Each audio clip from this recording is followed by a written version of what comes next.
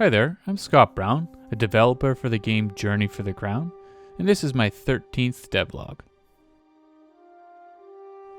Now my last devlog dates back in February, and I said I wasn't going to be able to really detail too much on my progress, and it's because I've been very busy with this game. As you can see here, I've added a lot of new NPCs that kind of roam around and you can interact with.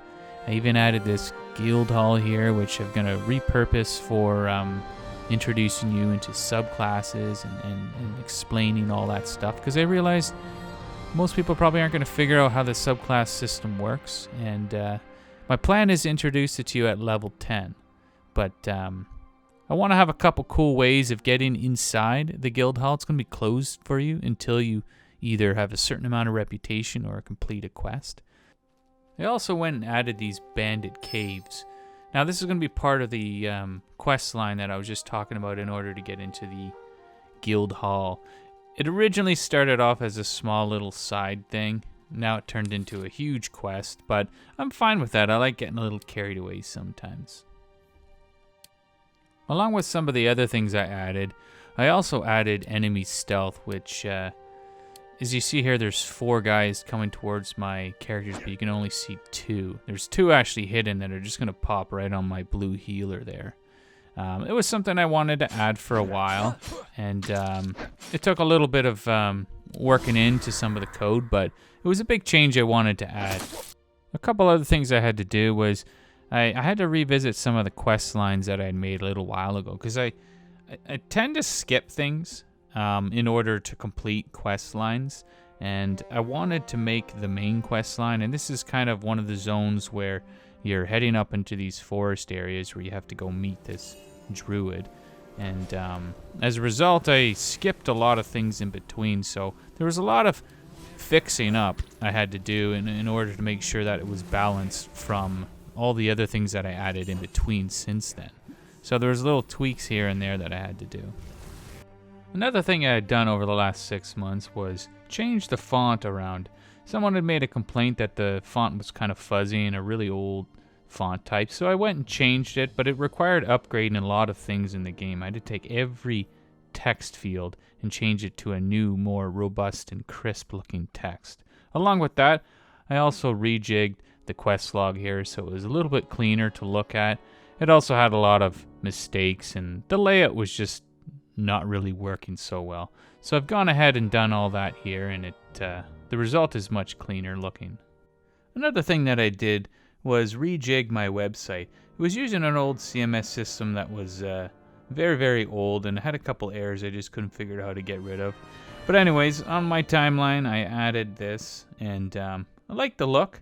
It uses a WordPress theme which I designed myself, so I'm pretty happy with how easy this is to use. Now, one of the really big updates that I'm super excited about was this wiki page that I created for the game. Now, I ended up having to learn how to use MediaWiki, which was really frustrating to learn, but the result's really cool. Like, I designed this little image here that dynamically creates items, and it's not like a screenshot. It's like all plugged together with images stitched together. It's really cool.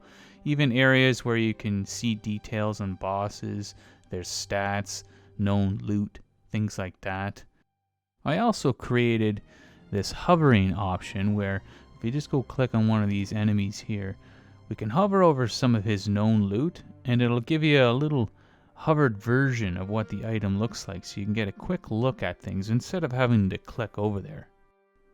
Now, I ran into a really big snag with the MediaWiki, and that was the idea of putting all the information on there. Sounds grand at first, but realizing how much work entails here is just jaw-dropping. There's about 500 abilities that I wanted to add, and another 2,000 talents, and each one of those things is an individual piece of content that I have to literally create a page for. And I didn't want to have to do that, so I looked at some extensions for MediaWiki that allowed me to do some uploading, and there was a few of them.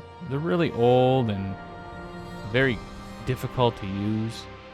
First couple I tried didn't quite work, and maybe I just didn't figure it out, but I did finally figure out one, super fussy with the way you import things. It didn't like it this way, it didn't like it that way, and when you finally figure those two things out, there's something else wrong.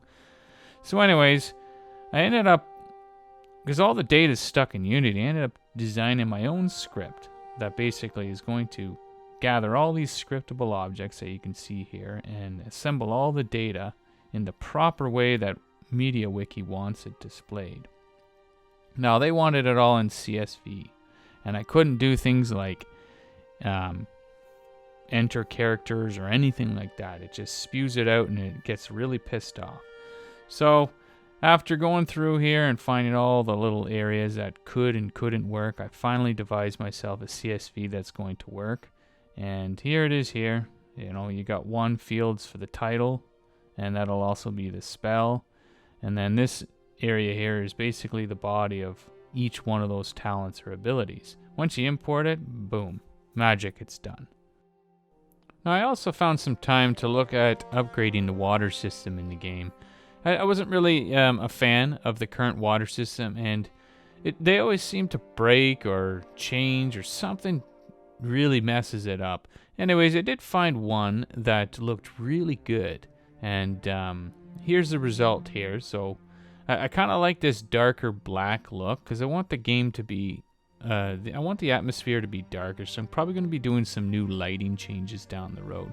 But this water does set a different tone, and I'm going to swap out the entire game with this. Now, a couple other things I wanted to add was I had some guy say that he didn't really like the icons in the introduction, so I did away with them, and I opted to introduce the villain with a more artistic route. So I drew him and kind of faded him in here with some cool looking background. I also went and changed a few other things in here, such as the crown art and how it breaks, and I added some mages as well. So a few little tiny additions in here just to add a tiny bit of polish. I'd like to lead off with a little sneak peek on something I have been working on. This is one of the newer areas on the east side of Ruineth, a small town which has kind of like a different look in the city. So something to look forward to as I progress building this new scene. Well, that wraps this devlog up. I hope you enjoyed it.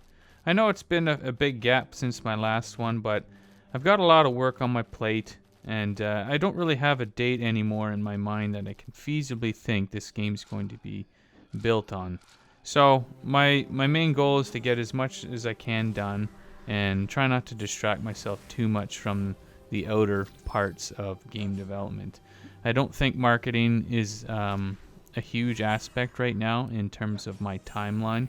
I want to concentrate more on actually building the game, so that is where my priorities are right now. But I will still try and pop in here and there. But where you can really find me is over on Twitch. If you guys are missing out on anything, come on over there. You'll see me. I'm trying to stream at least a couple times a week, and I'm always there on Saturday unless something happens. I would really love to have you around, and you can always talk with me live. It's a much better experience. So anyhow, I'm dialing off and getting back to work, so you guys have a great one, and we'll hopefully see you soon. Cheers.